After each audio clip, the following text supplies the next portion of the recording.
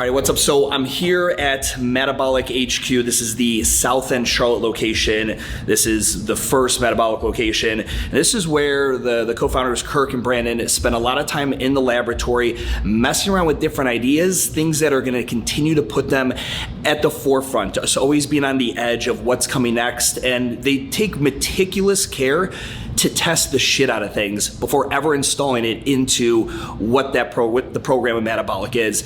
And Brandon and I were talking recently that he had been experimenting with some connected fitness. And if you know Brandon at all, and via his LinkedIn post, you know he does not believe that in-person fitness is ever gonna be replaced by connected. However, like any smart entrepreneur, he recognizes an opportunity and a good thing when he sees it. Recently, Brandon had the founder of Climber, the connected, post VersaClimber age, very Apple sexy looking, very over-engineered, great looking, VersaClimber-like product on his podcast. And then we started talking about how MADabolic is actually gonna maybe start playing around with using this product in their group fitness class, which would be a first. There's been a lot of VersaClimbing only studios, think spin studios, but just with the climbers.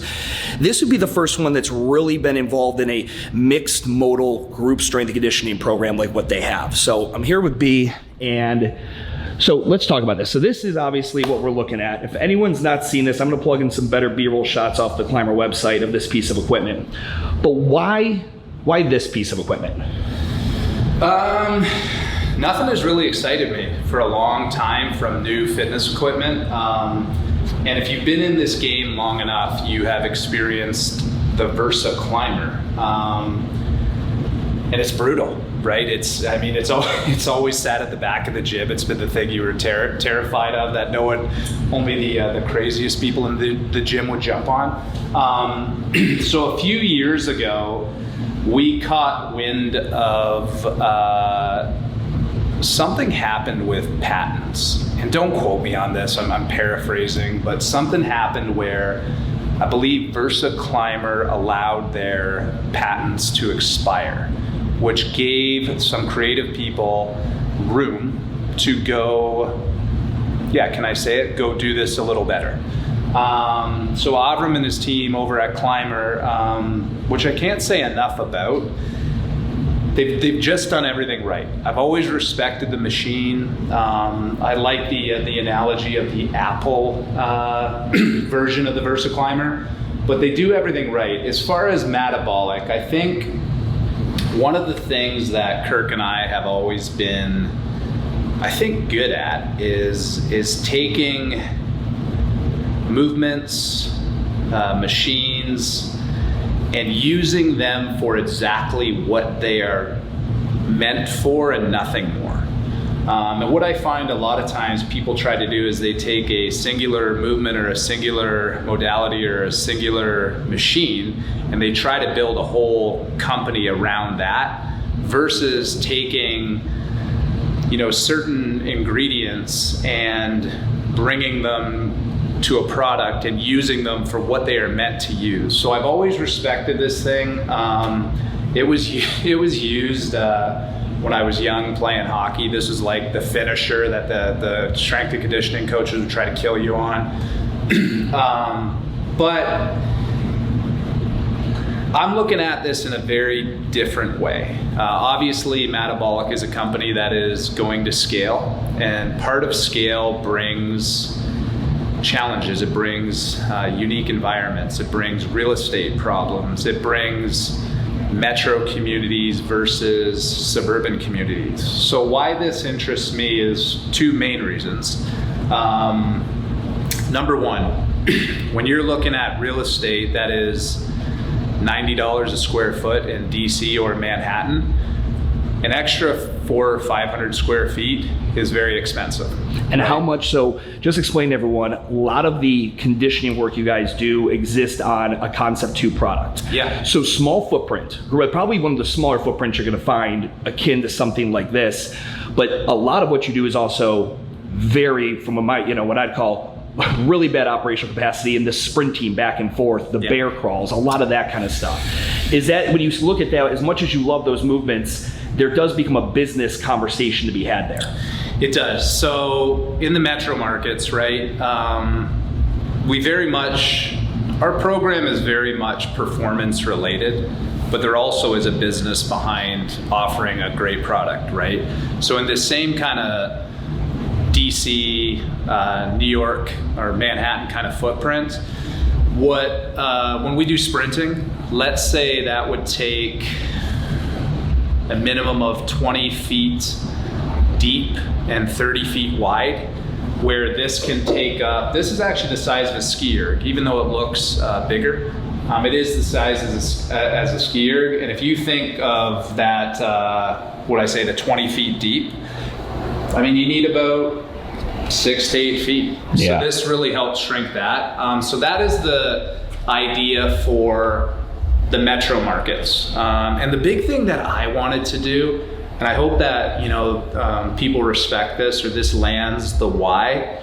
I didn't want us to open a smaller studio that was like a MADabolic Light, an okay version of what we are great at. I said, if we're going to entertain this, we need to add something new. We need to add something shiny, something sexy, something that people would actually want to experience. And the only machine that kind of interested me was this. And then, is it called the sled mill? Yeah. The problem is the Techno Gym product. Yeah, it's like fucking $10K a piece, something like that. Yeah. Cost and size, it's a great machine.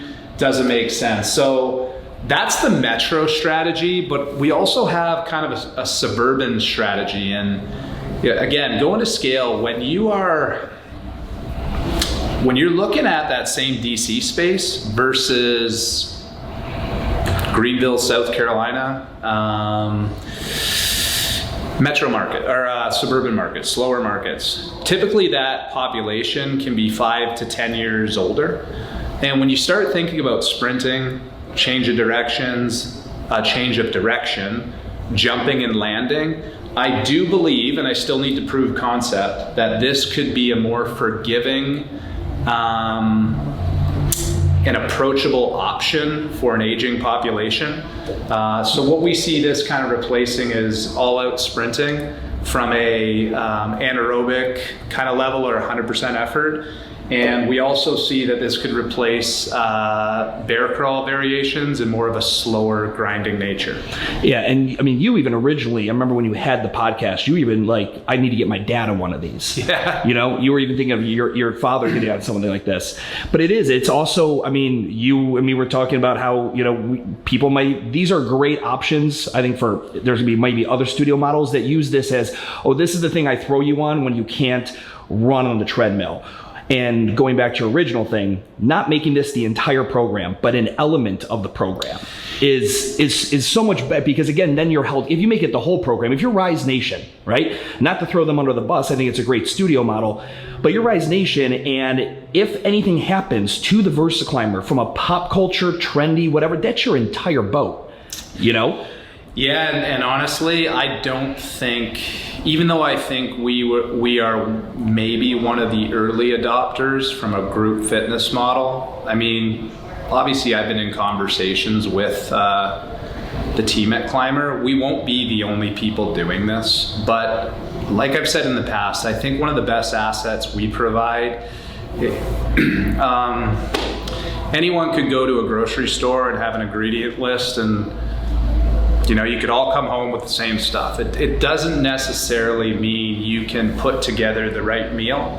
And I think we'll be able to use this ingredient to put together a pretty good meal on our training floor. Yeah, no, I think this in combination with what you guys already do with the strength-based intervals makes this just an awesome additional side dish to the overall program. The overall program, which you guys have developed, is the unique belief in fitness. It is the unique sales proposition for you guys. Yeah. And then this just becomes something that is, for the average person, I don't care how long they've been doing fitness at any kind of gym, guarantee you 95% of them have never touched a climbing product, a climbing erg, if you will. 100%. And I mean, it's brutal. And when I say brutal, it's not like brutal where it's intimidating. I mean, you can't hide. Sure. I place it akin to, whenever I've played with it, I always told people, these handles, and then on a VersaClimber, kind of felt like, if you ever did like a pegboard, like a pegboard. And then depending on the brand, and VersaClimber is only one, the leg work felt similar and akin to pushing a sled.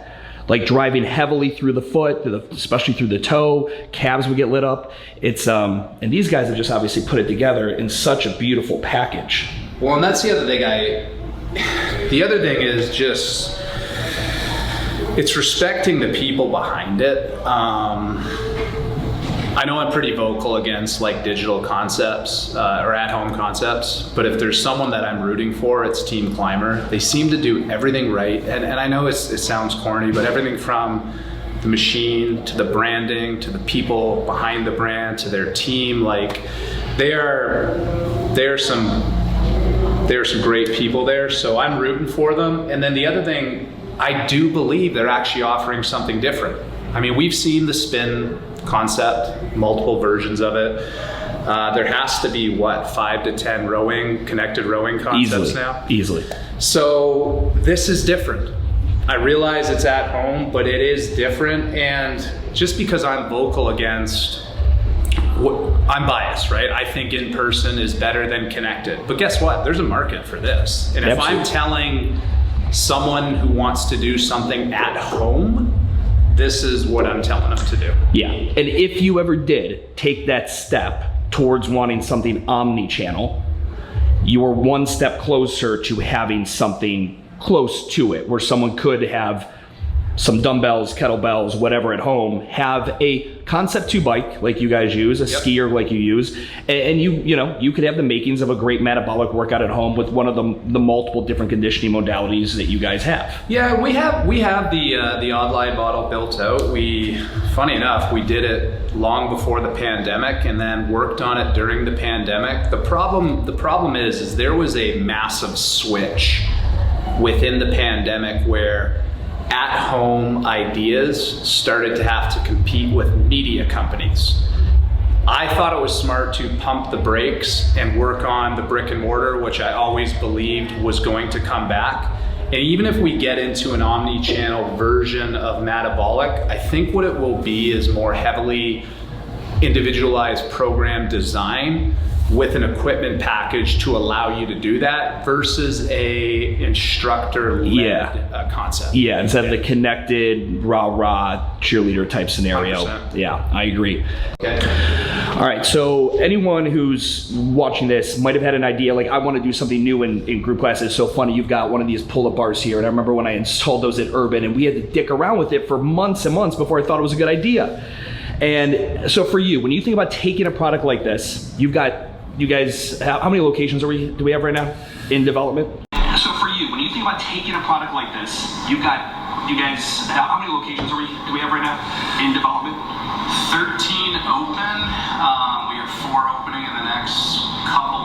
What am I talking about? 13 open. We have 20. All right, so Brandon got his numbers a little confused there, and you can't blame him. I show up early in the morning and shove a camera in his face. You know, you're going to get some of the digits crossed, but I did get the official numbers, and they're pretty impressive. I wanted to share them with you guys. So they have 23 open. Their 24th MADabolic opens next week in DC, and they have a total of 89 franchises sold. 89 franchises sold, not too fucking shabby. But that's a big thing though. You've got, like you said, suburban and metro markets. When you think about taking something like this, and this South End location is very much your laboratory, what is that process going to look like? So this one's a little bit more complicated, right? Because we have 2 strategies we're looking at. So we are going to put 4 units in our Elizabeth location, which is a smaller footprint to begin with. We're going to see if that buys back some space, and we're going to see if it speaks to the metro consumer. The other thing we're going to do is we're going to ship some units to some of our suburban markets to see if it speaks to that consumer. And I realize we're in a place to actually do this now. So the process kind of before that, let's say when we were at 10 units, what we would do, me and Kirk here, is we would sprinkle it into our flagship location. We would make mistakes, we would test it out, and then we would drip it to the other locations if it made sense. So like you said, laboratory, it's a funny cliche, but we try to make all the mistakes here before we kind of push it to the franchise community. And then when you guys install in those group classes, obviously getting as much qualitative and quant feedback from people taking those classes, getting that live feedback. And what happens in something like that, if you ever get, because feedback with customers can be so split sometimes. You get like 51-49 on it, is it like, oh fuck, that's the loud minority, or does that mean we need a bigger sample size? It's tough because there's also what the founders may want to do with their product. So I feel like if you got a 50-50 split, it's going to come down to the bias of the founder. But if it is a overwhelming split, it's going to come down to the bias of the consumer. So it's tough to say. I've had some ideas, and Kirk have had some ideas that we thought would land, and people hated it. And you have to listen to that. But it just depends on. It depends on the product. And the weirdest thing is, as we've evolved over 10 years, I know a lot of companies talk about like this extensive like movement database. If anything, our movement database has shrunk, and we're just getting better at what really works. This is the first thing that has kind of excited me from new creativity in God, like 3, 4, 5 years. So yeah, I'm excited to test it out. I definitely feel it has the opportunity, and we'll just have to put it into practice.